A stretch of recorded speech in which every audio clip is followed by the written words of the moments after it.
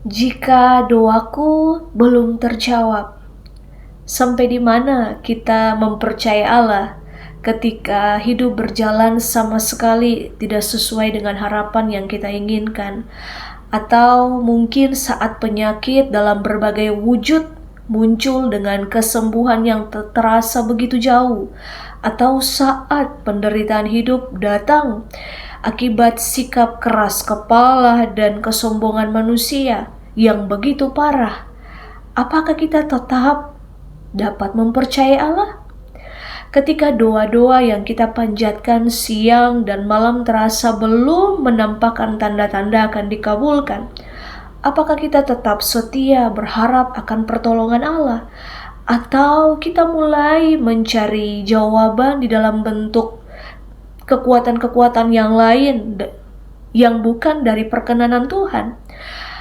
Pada waktu seorang ayah membawa anaknya kepada Yesus, di mana anak ini dia kerasukan roh jahat sejak kecil, sehingga membuat sang anak bisu dan tuli, serta berkali-kali hendak dibinasakan oleh roh jahat itu.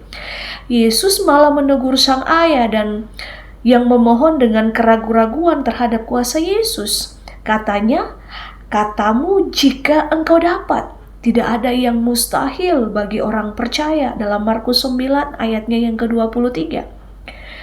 Saya merenungkan kembali selama ini, apakah dalam hati saya juga mendahului permohonan saya kepada Tuhan dengan kata, "Jika engkau dapat." Seringkali kita meragukan kuasa Tuhan. Kita sudah berdoa, tapi kita berdoa dengan ragu-ragu, dengan tidak percaya. Ia adalah Raja semesta alam. Sangat penting untuk kita senantiasa berdoa dengan penuh harapan kepada Allah dan membawa apapun yang kita butuhkan itu kepada Tuhan dengan iman yang penuh bahwa Ia dapat berbuat apapun juga, menyelamatkan kita yang mustahil bagi akal budi kita sekalipun. Tuhan sanggup melakukannya. Tentang kapan dan bagaimana permohonan kita itu akan dikabulkan, itu adalah kebijaksanaannya Allah, itu adalah kedaulatannya Allah.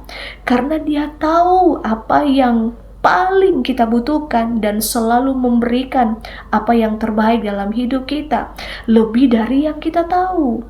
Apa yang sebenarnya paling kita butuhkan dalam hidup ini? Keinginan kita ini selalu berubah sebagai manusia, kebutuhan kita juga demikian. Seiring dengan dinamika dan perkembangan hidup kita, apa yang dulu mungkin penting bagi kita, sekarang mungkin tidak. Atau juga sebaliknya, kita juga umumnya meminta supaya dijauhkan dari segala kesusahan, padahal sesungguhnya ada banyak sekali hadiah kehidupan.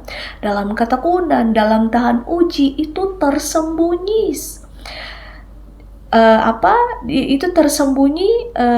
hadiah kehidupan yang Tuhan siapkan bagi setiap kita. Di dalam kesusahan itu Tuhan sedang melatih kita.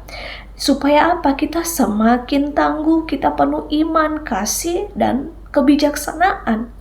Karena itulah Tuhan tidak selalu mengabulkan doa kita, dan kadang Dia menunda sampai kita siap untuk menerima jawaban doa-doa kita.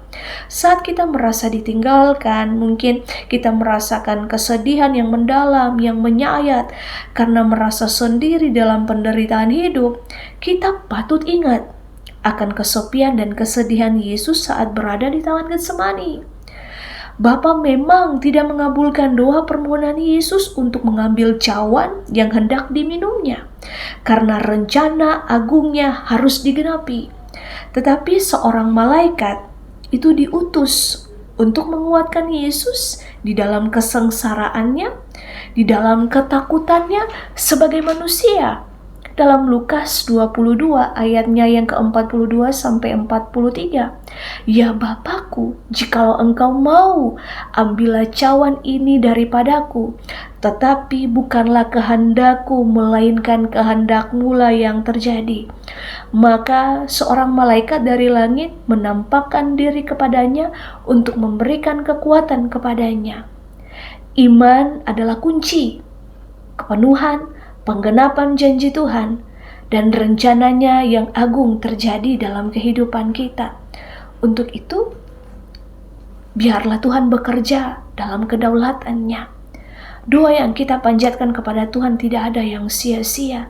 Tuhan hanya ingin kita bersabar. Dia melatih iman kita.